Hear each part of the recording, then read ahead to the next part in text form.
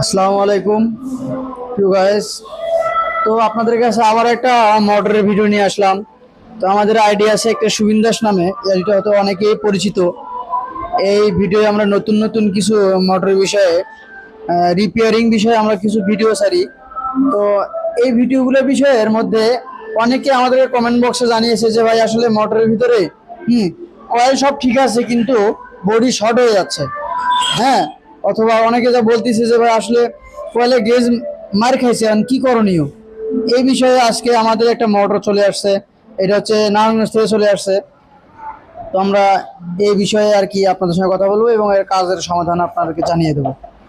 তো এই বিষয়ে আমাদের ইঞ্জিনিয়ার সাহেব আছে সুবিন দাস, যার আইডিটা উনি আর কি আমাদের ইঞ্জিনিয়ার সাহেব, উনি আপনাদের এই বিষয়ে কথা বলবে। দাদা কিছু বলেন। আসসালামু আলাইকুম। আসলে মোটর, এটা হলো থ্রি ফেজ মোটর।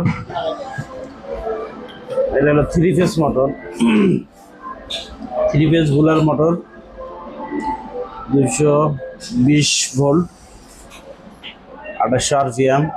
220 এবং 340 ভোল্টে চলবে। হ্যাঁ, হ্যাঁ, আচ্ছা 2800 আরপিএম, এটা 2800 0.75 কিলোওয়াট, হ্যাঁ। 50 হার্জ। 50 এটা এম্পিয়ার কত হবে? Ampere 0.75 ampere. 0.75 এম্পিয়ার। আচ্ছা ঠিক আছে। এটা শর্ট হয়ে গেছে। কি শর্ট হয়েছে এই বিষয়ে তো আগে অনেকে জানাইছে ভাই ভিতরে শর্ট, কিছু বুঝতে পারি না কেমনে কয়েলটাকে ঠিকভাবে রাখা যায়, মানে এটা কিভাবে কি একটু বলেন। যখন তোমার চলতে চলতে তোমার ফাইবার গুলো নষ্ট হয়ে যায়, তখন এটা বডি হয়ে যায়। এটা বডি হয়ে গেছে। এখন আচ্ছা এই কয়েলটা বাইর না করে এটা কি সমাধান করা যাবে? সম্ভব? করা যাবে কিন্তু টিকবে না, বেশি দিন চালাতে পারবে না। কয়েল কালো হয়ে গেছে, এটা বানতে হবে, নতুন করে বাইন্ডিং করতে হবে। নতুন করে বাইন্ডিং আচ্ছা করলে। কোন কোন গেজটা মার খেয়েছে একটু দেখেন। এই যে এই দুইটা কেস মারতেছে। ও, এটা বডি হয়ে গেছে। হ্যাঁ, বডি হয়ে গেছে। তার মানে আপনি যদি রিপেয়ারিং করে দেন মোটর চলবে, হ্যাঁ, কিন্তু লাস্টিং হবে না। লাস্টিং হবে না। তো আচ্ছা গাইস, তো বিষয়টা হচ্ছে এইটাই। অনেকে বলে যে কি করব, আসলে আপনিও করতে পারবেন। তো দেখেন আমাদের এখানে যে ইটা রয়েছে, তো হাত দিয়ে ধরেন তো আপনি একটু, ওখানে কোনটা দেখাই দেন, কোনটা কোন গেস্টের ভিতরে পড়ে যান। ওটা আপনি যদি ভিজায় রাখতে হবে, বানিশ দিয়ে ভিজায় রাখতে হবে। বানিশ দিয়ে ভিজে নরম হয়ে যাবে, এরপরে আপনি কি করতে হবে? থিনার দিয়ে। ও আচ্ছা, সরি আমি তো বিষয়ে জানি না অতটা, তবু আর কি ওনার কাছ থেকে শুনে যে বললাম আর কি। থিনার দিয়ে ভিজায় রাখলে নরম হবে।